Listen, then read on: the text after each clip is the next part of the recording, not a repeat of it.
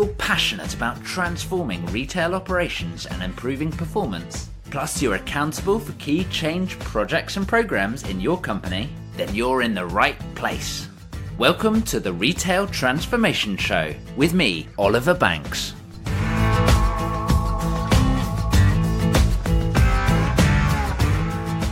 Hey, and welcome back for another episode of the Retail Transformation Show. Now, let's be honest, transformation is really common. The word transformation is really common at present, isn't it? Everyone seems to be talking about it. So in episode 3, let's get into exactly what a transformation is and what are the 3 steps you need to go through to kick off a transformation. But before we begin, if you've not already done so, please subscribe to this podcast to make sure that you stay up to date with all the latest on retail transformation.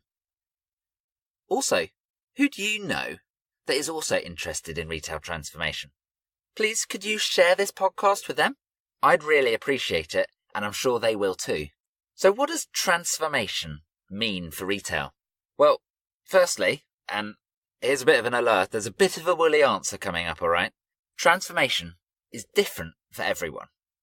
And I know that's not a particularly helpful answer, but it's the true answer. And we'll dive just into how do you actually define your transformation later on in the episode. But what it essentially is it's a change. It's a significant change.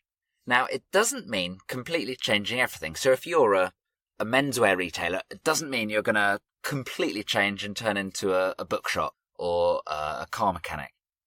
And a kind of neat way of looking at it is thinking about Transformers. That's right, robots in disguise. Now they shift from one thing to another, but it's made from the same constituent parts.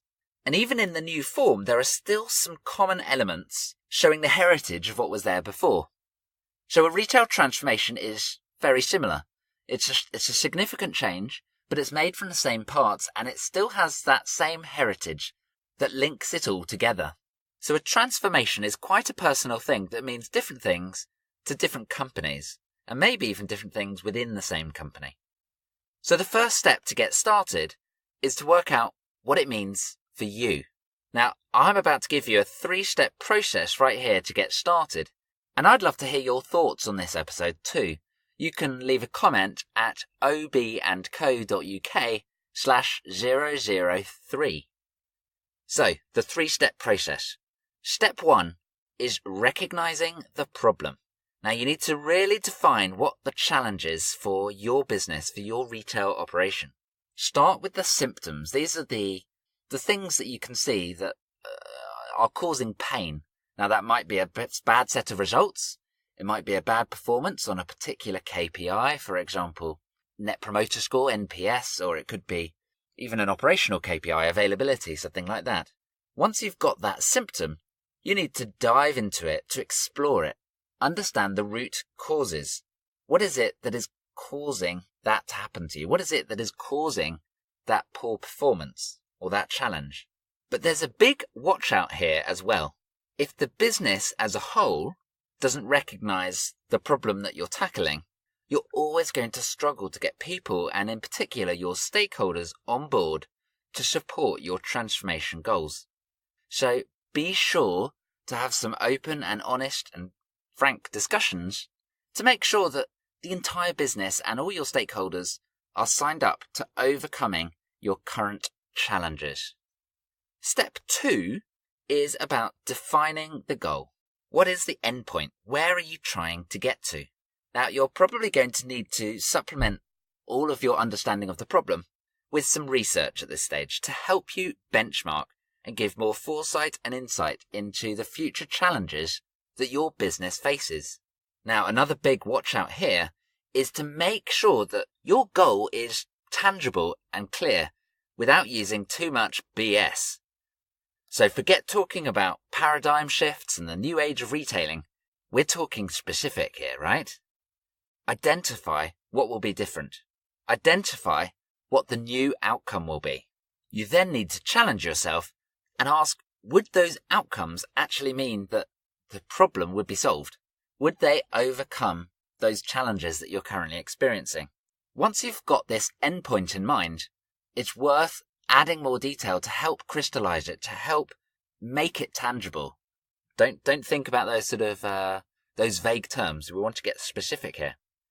And one way I always recommend to help here is to visualize what different people will say in the future. This helps focus down on the benefits. You're looking at different categories of people here and asking, what would they say? What would they think? What would your customers say? What would your store colleagues say? How about their managers? And here's another little tip.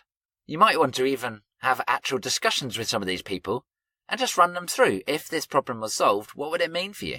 That will give you some real data to say, is this the big deal? If it's not, you've probably got the wrong problem, or you've not explored it quite well enough. Once you've got a range of different future opinions, you can really get quite specific on what the new world will look like. So you may come up with a number of phrases which could be, now I can ... Or I love that the company does this so that ... This is important to make sure that your stakeholders can see an improvement in the future. Also, understanding what these different stakeholders or different people will say will help you communicate the goal to a wider audience. Suddenly, other people, other stakeholders can imagine the end result for the whole company, and they're more likely then to get on board and support the transformation. Step 3 is then about outlining the approach. Here you need to almost decide what sort of transformation. There are several different routes you could go down, and I've got 6 broad styles of transformation. And you might have a transformation that sits in one, or it might go across 2 or 3 different buckets. So type 1 is a customer-facing transformation. Perhaps this is the most extreme form of transformation from an outside perspective. It's arguably shifting the business model. As a bit of an example, think of Uber. It's transformed the taxi market by changing the way that customers engage and the way that the customers buy. It's adding a big dose of convenience and a big dose of consistency as well. But just thinking back to that transformation element, it's still got some of the heritage. It's still got a car. It's still got a driver that you're hiring. You're still moving from A to B. So it's the same original business model, but it's just transformed. The second bucket is a brand transformation. This is shifting the values or the meaning of the company itself. It's changing what you stand for. But don't confuse it with a change of logo, which frankly is a bit of window dressing. This is about really getting to the heart of what the company stands for and means, and revolutionizing that, crystallizing that. Now that could include some product transformation as well, if you're really needing to shift the game up and improve what it is you're selling. A good example here is Burberry. In around the mid-2000s, the mid-noughties, they had a bit of trouble with their brand. From a perception perspective, it had been taken on, particularly in Britain, by gang mentality, and it was quite a variable product range, quite inconsistent. So they really needed to shift it up. They got back to their heritage, they got back to their brand values, and they've really skyrocketed since. Another type of transformation is a channel transformation. So the obvious one here is multi-channel or omni-channel, with the development, of course, of the internet and e-commerce. Now this could include developing a better web experience through either a computer or through a mobile app, or also could include how a purchase is fulfilled. But let's not also forget, it could be a physical transformation of an existing channel or location, such as a bricks and mortar store. The classic example here, of course, is Amazon, who have really shifted the e-commerce market through their range and through their fulfillment propositions. People transformation is changing how employees work with and for the whole company. This could be a number of different things, such as remuneration and benefits, planning and shift management, training. Perhaps it's even resetting the purpose and responsibilities for a particular role, or even a reorg or organization redesign. An example of a people transformation would be introducing a workforce management or WFM system, which when implemented radically changes how people engage with the company and it opens a clearer two-way communication when it comes to shift planning, holiday planning, work activities, training, and a number of different elements. A process transformation is changing how things are done in the business, within the business. It's a big shift in the operating model, and it delivers improvement through efficiencies or through giving a better customer experience. So to illustrate this point, a couple of examples. Amazon Go, which is the new store format using cameras and technology and sensors to be able to help customers and remove that whole checkout process. Another big example is Ocado's automated warehouse, where all of the product picking is done automatically by robots. Now those are big extreme examples, but I hope they illustrate the point. The final type of transformation is a system transformation. Now I'm really strongly avoiding using the term digital transformation because really digital's part of everyday life now. It flows through all areas of retail. So what I'm talking about here in system transformation is that it's a major system overhaul. IT systems are introduced and generally they become a backbone of how a retailer operates. They're so critical to the day-to-day operation, but they do age and they need updating.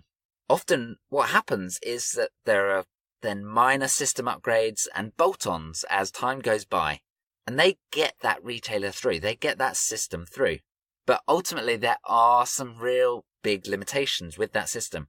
And at some point, it's time to take that legacy system, remove it and replace it to offer new life and the opportunity to enable new features and new benefits. An example here could be upgrading a warehouse management system or WMS. It needs upgrading to be able to get the business ready for the future. So you've got 6 different types here, and there's not a rigid set of rules, but you can use these 6 types to help scope out the work of your transformation, defining what it is and what it is not. Now I also mentioned there could be an overlap. Your transformation could have multiple different types of these 6 different transformation styles. So by this stage, you've now got a clear understanding of the problem and the challenge, a really good understanding, frankly. You're clear on the goal and what the future will look like, and you've begun to scope out what's going to be included. The next stage is actually getting into more detail and building a roadmap, and that's just what we're going to get into in the next episode of the Retail Transformation Show.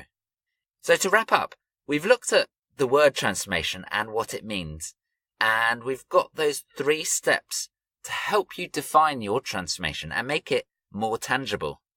It is difficult to define a transformation. It's not just a set standard thing that you're going to do. It's different for every company. But we've used these 3 steps to help you define your transformation in a much clearer way. So the first step was recognizing the problem. Next up, we defined our goal. And finally, we outlined the approach and the type of transformation that you're going to do. Now, I'm going to embed a few videos of some of these examples, like Ocado's automated warehouse or the Amazon Go store. And you can see some of the cool stuff I'm referring to. Access all of those videos over at obandco.uk/003. And of course, let me know what you think of this episode, and in fact the podcast as a whole, or if you've got any questions. You can find me on LinkedIn, Oliver Banks, or send me an email at oliver.banks@obandco.uk. And 2 big asks just before we finish the episode today. Number 1, please subscribe to make sure that you don't miss out on the next episode. And secondly, please tell a colleague about the Retail Transformation Show. I'm sure they'll appreciate it, and I know I would too. So thank you, and thank you for listening as well. And I look forward to joining you next time. See you then.